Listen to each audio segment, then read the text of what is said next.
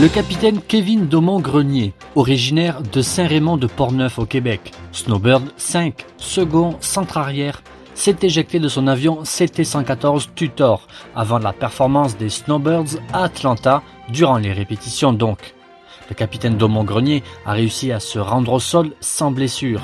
L'avion s'est posé dans une zone inhabitée au sud du site et personne n'a été blessé. Le commandant du 431e escadron de démonstration aérienne, le lieutenant-colonel Mike French, a déclaré par voie de communiqué que les circonstances ayant mené à l'éjection étaient encore inconnues. Les Snowbirds ont donc été obligés d'annuler leur tout dernier spectacle de la saison, prévu à Houston, au Texas, aux États-Unis, ce week-end.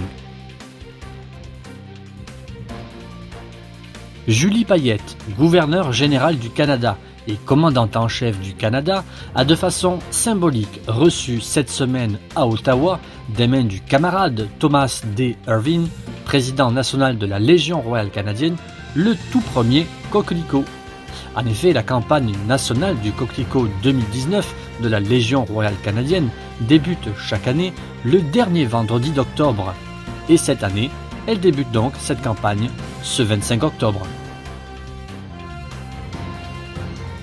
Suivant de nombreux pays européens, le Canada a décidé de suspendre à son tour les exportations d'armes vers la Turquie. À la lumière de l'incursion militaire turque en Syrie, le Canada a temporairement suspendu, et attention, le phrasé est important, les nouvelles licences d'exportation à la Turquie. Ne sont donc pas concernées les licences déjà accordées. En 2018, les ventes d'armement du Canada à la Turquie ont totalisé près de 116 millions de dollars canadiens.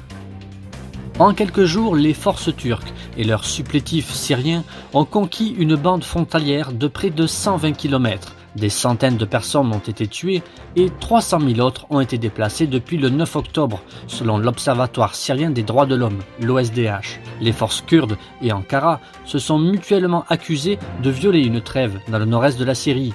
Le président turc menaçant d'écraser les têtes des combattants kurdes à 3 jours de l'expiration du délai pour leur retrait. Outre ce retrait des forces kurdes, l'accord de trêve prévoit la mise en place d'une zone de sécurité de 32 km de profondeur en territoire syrien que le président turc veut à terme étendre sur près de 450 km en longueur. L'objectif est d'éloigner de la frontière les combattants kurdes, mais aussi d'y installer une partie des 3,6 millions de réfugiés syriens vivant en Turquie. Jusqu'à présent, la France, qui compte environ 200 ressortissants adultes djihadistes dans les camps et prisons sous contrôle kurde, se refuse, comme nombre d'autres pays, à les rapatrier. Paris souhaite qu'ils soient jugés au plus près de là où ils ont commis leurs crimes. Or, depuis que la Turquie a lancé le 9 octobre une offensive contre une milice kurde dans le nord syrien, les Occidentaux redoutent que les 12 000 djihadistes détenus par les Kurdes en Syrie ne s'évadent. Face à ce risque de dispersion, le chef de la diplomatie française Jean-Yves Le Drian s'est rendu cette semaine en Irak pour convaincre Bagdad de juger les djihadistes français après leur transfert depuis la Syrie. Mais la diplomatie irakienne a fait savoir dans un communiqué que Bagdad ne voulait pas les terroristes étrangers qui avaient mené des attaques hors d'Irak. Malgré les tensions récurrentes en Afghanistan, cibler une mosquée reste peu fréquent et donc très marquant. Cette semaine, l'attentat du lieu du culte du village de Jaw Dara, dans le district Nazca Mina, fera forcément date.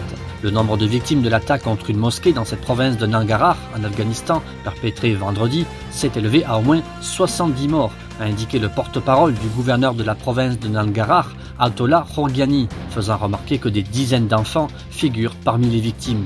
Outre les attentats ciblant des lieux de culte ou leurs représentants, un rapport de l'ONU a déploré un nombre de victimes sans précédent depuis plus d'une décennie, au 3e trimestre de l'année. L'Afghanistan continuant à s'enfoncer dans une violence totalement inacceptable. Entre le 1er juillet et le 30 septembre, la mission de l'ONU en Afghanistan a recensé 1174 civils tués et 3139 blessés,